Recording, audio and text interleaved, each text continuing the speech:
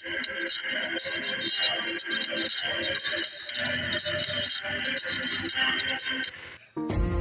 तो एवरीवन टूट पड़ो इस वीडियो पर। विषय जीव विज्ञान की वीडियो है, साइंस इंडिया मिस्टर अनिल। तो फॉरवर्ड टाइम 4000 यूएस करवा दो प्लीज़। और आगे बढ़ते हैं तो एक पहला अध्याय 2 है पुष्पी पौधों में लैंगिक प्रजनन। अति लघु उत्तरी और हमारे चैनल को सब्सक्राइब जरूर करें, बेल आइकन की तरह दबाएं और शेयर जरूर करें। चलो गुरु हो जाते हैं आपसे।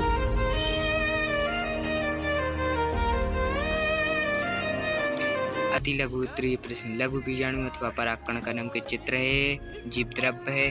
जीवद्रव्य ये वाला जीवद्रव्य है। इस वाले को क्या कहते हैं? इस वाले को जीवद्रव्य कहते हैं, ठीक है ना। और इसको जनन छिंद्र कहते हैं, इसे बाह्यचूल कहते हैं, इसे वर्धी केंद्रक कहते हैं, इसे केंद्रक कहते हैं, इसे जनन छिंद्र कहते हैं, इसे अंतचूल कहते हैं। ये पता चल जाना चाहिए आपको ये कहाँ से आए हैं। इस पे दिख रहे हैं ना ये लाइन पे, है आपको ध्यान रखना। जो बाह्यचूल है वह बाहर की साइड होगा, सूर्य की जैसे किरणें पड़ी है ना, ऐसे बाह्यचूल होगा। तो आगे बढ़ते हैं, वीडियो में देखते हैं।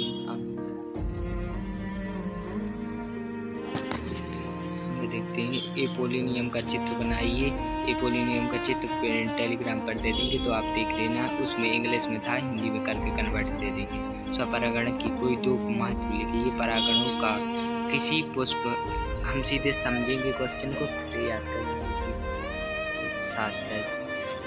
परागणों का किसी पुष्प के परागकोश से उसी पुष्प का वर्तिकाग्र या उसी पौधे पर स्थित किसी अन्य पुष्प के वर्तिकाग्र तक स्थानांतरण स्वपरागण कहलाता है। क्या कह रहा है क्वेश्चन? क्वेश्चन कह रहा है कि परागकणों का किसी पुष्प के परागकोश, परागकणों का किसी पुष्प के परागकोश, याद करो ना।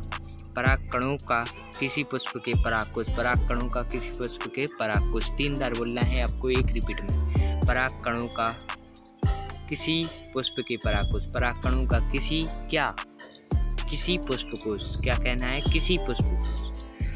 परागकणों का किसी पुष्प के परागकोश उसी पुष्प के वर्तिकाग्र या, देखो अब सीधा अंडरलाइन करेंगे अपन। परागकणों का किसी पुष्प के परागकोश उसी पुष्प के वर्तिकाग्र या उसी पौधे पर स्थित किसी अन्य पुष्प के, उसके वर्तिकाग्र या उसी पौधे पर, मतलब उसी पौधे पर रखे हैं, क्योंकि स्थित किसी अन्य पुष्प के वर्तिकाग्र के स्थानांतरण को भी ही परागकण कहते या स्वपरागण कहते हैं। और दूसरा क्या हो जाएगा? समयुग्मता बढ़ता है, मतलब ये बढ़ता ही रहता है, हर समय पर बढ़ता ही रहता है। परागकण किसे कहते हैं? जब किसी पुष्प में परागकण निकलकर, जब किसी कोनो पुष्प होते हैं उनमें से परागकण निकलकर किसी दूसरे पुष्प, मतलब दूसरे किसी पौधे में पुष्प में पहुंचता है तो इस क्रिया को परागण कहते हैं। कि जब किसी पुष्प, अब हम परिभाषा के रूप में देखें, जब किसी पुष्प का परागकण निकलकर किसी दूसरे पुष्प के फिर किसी दूसरे पौधे में पुष्प तक पहुंचते हैं, इस क्रिया को परागण कहते हैं। स्वपरागण देख लेते हैं कि कोई हानियाँ, 2 हानियाँ देखनी है, 2 हानियाँ 3 हानियाँ लिखी हैं, कोई भी याद कर लीजिएगा। थोड़ी राइटिंग गड़बड़ है तो कुछ नहीं करना, हम राइटिंग एक बच्ची की थी तो हमने देख ली है। तो जो वीडियो देख रहे हैं प्लीज़ सब्सक्राइब करें और शेयर भी कर दें, और खुद का अगर कुछ हो तो वो भी कर दें। तो आगे बढ़ते हैं। स्वपरागण की 2 हानियाँ। स्वपरागण की 2 हानियाँ देखते हैं। ये क्या हो रहे हैं? अरे हाँ, इसमें बीजों की संख्या कम होती। पहली बात तो क्या हो गई कि इनमें बीजों की संख्या कम रही। दूसरी बात क्या हो गई कि इसमें उत्पन्न बीज के आकार में छोटे होते हैं। तो करते हैं, इसमें बीजों की संख्या छोटी होती है, इसमें बीजों की संख्या कम होती है, इसमें उत्पन्न बीज आकार में छोटे होते हैं। याद करना है, इसमें बीजों की संख्या कम होती है। पहली बात क्या है? इसमें बीजों की संख्या कम होती है। एक तरह इसमें भी बीजों की संख्या कम होती है। इसमें उत्पन्न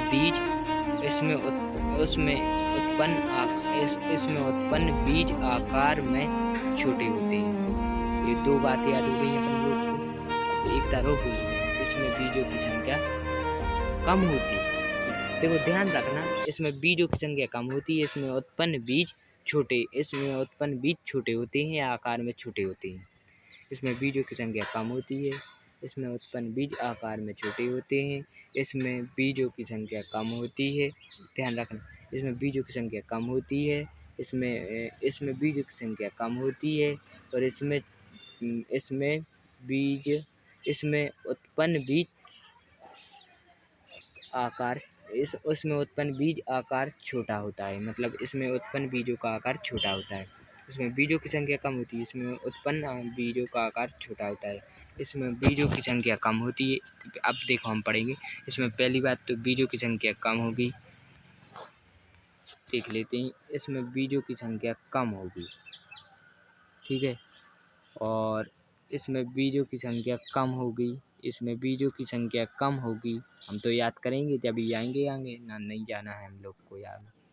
इसमें बीजों की संख्या कम होती है, पहली बात हो गई। बिना देखे बोलो, मोबाइल के सामने से आंखें हटा के बोलो, इसमें बीजों की संख्या कम होती है, इसमें बीजों की संख्या कम होती है, इसमें उत्पन्न बीज आकार में छोटे होते हैं। दो चीज़ें हमें याद हो चुकी हैं। और स्वपरागण केवल द्विलिंगी पुष्प में होते हैं। आपको सीधा अंडरलाइन कर लेना है, द्विलिंगी पुष्प में होते हैं, द्विलिंगी पुष्प में होते हैं। तो तीनों एक साथ बोलेंगे, इसमें बीजों की संख्या कम होती है, इसमें उत्पन्न बीज आकार में छोटे होते हैं, स्वपरागण केवल द्विलिंगी पुष्प होते हैं। क्या याद हो गया ना? तो लगा के याद करते हैं हम लोग। देखते हैं, चलो आगे बढ़ते हैं। पर परागण से कोई दो लाभ लिखिए। पर परागण से कोई दो लाभ लिखने, पहले हानियाँ लिखी थी, अब लाभ लिखें। हानियाँ काय के बारे में लिखी थी हमने? हानियाँ लिखी थी स्वपरागण में, अब पर परागण। यह विषम युग्मता व विभिन्नताओं को जन्म देता है। यह विषम, देख लीजिए अंडरलाइन की मार्क्स की स्थिति में देंगे आपको। विषम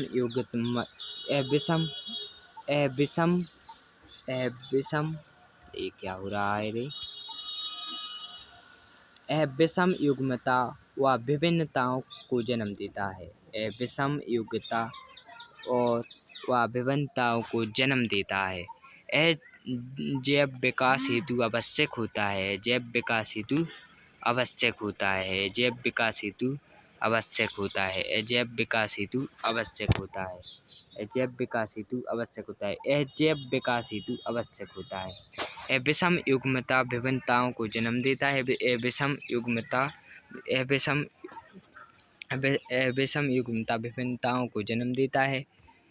यह जैव विकास के लिए आवश्यक होता है। यह जैव विकास के लिए आवश्यक होता है। याद करिएगा, 3 बार बोलेंगे। यह विषम युग्मताओं को विभिन्नताओं को जन्म देता है। सीधी बात है, आपको 2 चीज़ें करनी है। पहला कर लेना है विषम युग्मता और विभिन्नताओं को जन्म देता है। और ये वाला जैव विकास, सीधी बात है, आपको करना है जैव विकास हेतु आवश्यक होता है। जैव विकास कर लिया तो आपको सब याद हो गया। जैव विकास हेतु आवश्यक होता है। आगे बढ़ते हैं। वायु, जल के कीट आदि जैसे परागकण केतियों पर ही निर्भर करता है। केतियों पर ही निर्भर करता है। वायु, जल, कीट, देखो पहली बात तो वायु, जल, कीट आदि पर निर्भर करता है। जैसे परागण केतियों निर्भर करता है। आगे बढ़ती है।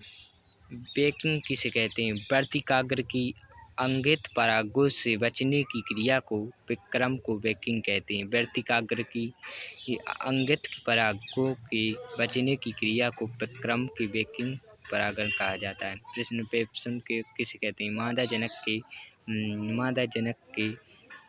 जनक के क्या लिखा है? पुष्पों से कलिकाओं अवस्था में परागकोशों की चिमटी द्वारा काट कर अलग कर देना पुष्पोमंग कहलाता है। मतलब पुष्प में से अपन काटते वह वाली बीच वाली ऊपर साइड की देते वह काट डालो अपन सब में से अलग दिखाते। एक बुक में देखना, जीव विज्ञान की बायो में किताब में है। तो आगे बढ़ते हैं। आवासीय फल किसे कहते हैं? आवासीय फल जिन फलों में रचना का पुष्प का अंडाशय के अतिरिक्त अन्य हिस्से भाग लेते हैं वे आवासीय फल कहते हैं। उदाहरण सेब होगा, स्ट्रॉबेरी होगा, अखरोट होगा। 10 टेपिटम किसे कहते हैं? बहुत ही मोस्ट इंपोर्टेंट क्वेश्चन ये भी लिखा भी है यहाँ पे। बहुत ही मोस्ट टेपिटम किसे कहते हैं? टेपिटम सबसे अंदर की परत होते जाता हमें पहले से पता होता। टेपिटम पोवेटिक कोशिकाओं की एक विशेष परत है जो एथर के भीतर फल वाले पौधों की होती है, जहाँ यह स्पोरोजेनिस ऊतक और एथर की दीवार के बीच स्थित होती है। एथर की दीवार के बीच में स्थित होते हैं, ध्यान रखना। परागकण की पोषण और विकास के लिए महत्वपूर्ण है, साथ ही परागकोट के लिए अग्रतों का एक स्रोत है। अब हमने एक क्वेश्चन देख लिए और एक क्वेश्चन लघु उत्तरीय प्रश्न है, ये अगली वीडियो में देखेंगे। Thank you for watching video. Thanks, please subscribe जरूर कीजिएगा। आपका एक सब्सक्राइब देना मुझे और कुछ नहीं चाहिए, बस बहुत है।